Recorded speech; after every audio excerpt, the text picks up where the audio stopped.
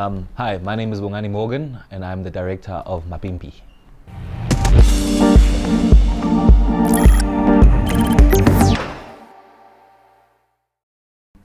What appealed to me about MAP1MP1P's story was just how pure and true the story was, that it needed a sort of epic landscape to which to tell it. And I think what appealed to me with the storytelling ambitions from retroviral, retroactive, and Ryobi, the bravery was to sort of interrogate the myth that is MAP1MP1P through, I suppose, a journalistic view, but more also a humanistic view, where we had Spoom Jegeliso being the orator, the narrator of our story, and that created a more of a compelling narrative framework for me, who's a champion of story. Why is a story motivated? And I think through Spoo's eyes as a world-renowned sports journalist, he's, of course, written the Thando Manana story as well, which fits when you look at the timeline of Chasing the Sun, so to speak, leading to Thando Manana story, which predates it, then to MAP1MP1P story specifically.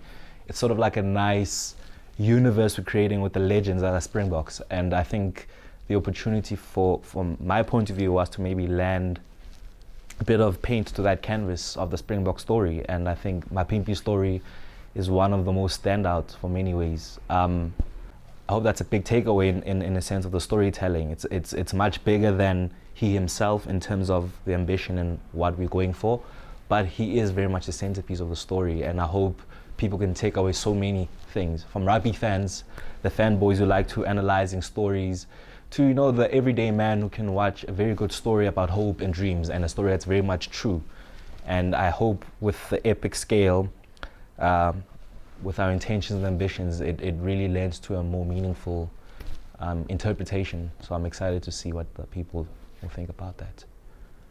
The big intent with the story was to really sort of track and follow MAP1MP1P's life as he sort of endured it to when he became a Springbok. So starting with his family, the great Umakhulu, from MAP1MP1P's homeland to his teachers, visiting the schools and actually making the journey into the heart of Tweku, in the heart of the Eastern Cape, hidden little villages where actually legends come from. It was very crucial for us to understand also the tone of the texture of where the chapter of his life represented. So coming from where to know his background, where he walked, where he inspired his teachers just by his endeavor of being a sportsman from an early age, to understanding from his early coaches. We got a chance to sort of pick the brains of some of the early masterminds who actually were able to coach this talent by visiting them in the rural homelands.